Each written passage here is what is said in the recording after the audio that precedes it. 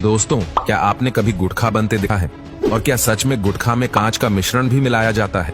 और किस जगह बनती है आपको पता है? तो दोस्तों, इसको बनाने के लिए सबसे पहले इस्तेमाल किया जाता है सुपारी का। और सुपारी हमें मिलती है इस पौधे से, जो कि आप अभी देख रहे हैं। जी हाँ, यहाँ पर सुपारी की खेती की जाती है। इन छोटे छोटे पेड़ों पर सुपारी के फल लगते हैं और जब तक ये फल पक नहीं जाते तब तक इन्हें अच्छे से पाला पोसा जाता है। जब ये सुपारी का पौधा अच्छे से बड़ा हो जाता है, इसके फल को पौधे से अलग कर लिया जाता है। इसको भी अलग करने का प्रोसेस ठीक वैसा ही होता है। इसको आप पीट कर पेड़ से अलग किया जाता है। उसके बाद उसे कड़ी धूप में सूखने के लिए रख दिया जाता है। ऐसा करने की वजह ये होती है कि सुपारी के फल के अंदर जो नमी होती है वो निकल जाए और अच्छे से फल सूख जाए। जब यह सुपारी का फल सूख जाता है तब जाकर उसको महिलाओं के हवाले कर दिया जाता है, जो इस पल में से सुपारी का दाना निकालती है। आप देख सकते हैं कि कैसे महिलाएं अपने हाथों पर पट्टियां बांधकर इस फल में से उस दाने को निकाल रही है। वैसे तो ये काम बहुत ही तकनीक भरा है, जो कि जोखिम भरा भी है।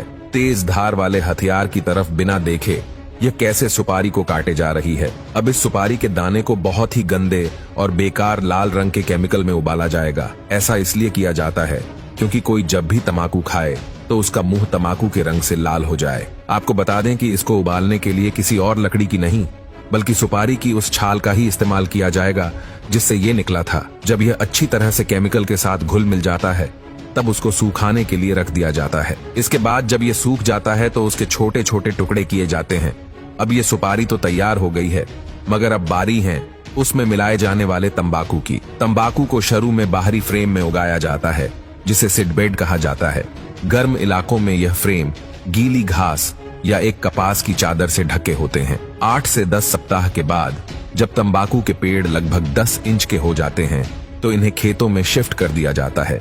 जैसे जैसे पौधे बढ़ते हैं उनके ऊपर का भाग काट दिया जाता है ताकि पत्तियां अच्छे से बड़ी हो जाए। इस प्रक्रिया को टोपिंग कहा जाता है।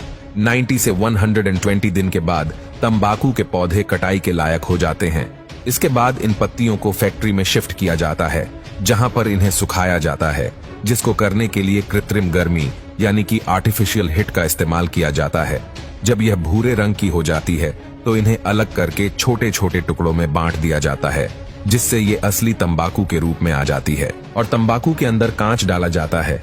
उसको डालने के लिए कांच की बोतल को मशीन के अंदर डाला जाता है और फिर मशीन उसको इतना बारीक पीस देती है कि ये एक पाउडर बन जाता है।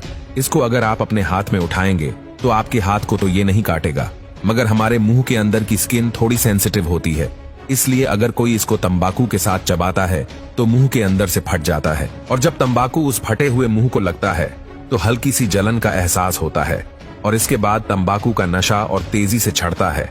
इसके बाद सुपारी के मिश्रण और तंबाकू के पदार्थ को कथा पान मसाला के साथ एक कांच का पाउडर मिलाकर मशीन के अंदर डाल दिया जाता है।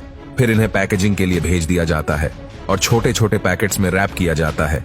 तो दोस्तों, यह था पान मसाला बनाने का पूरा प्रोसेस। आपने देखा, इसमें सारी चीजें वो डाली जाती हैं जो हमारे शरीर को नुकसान पहुंचाने वाली होती हैं।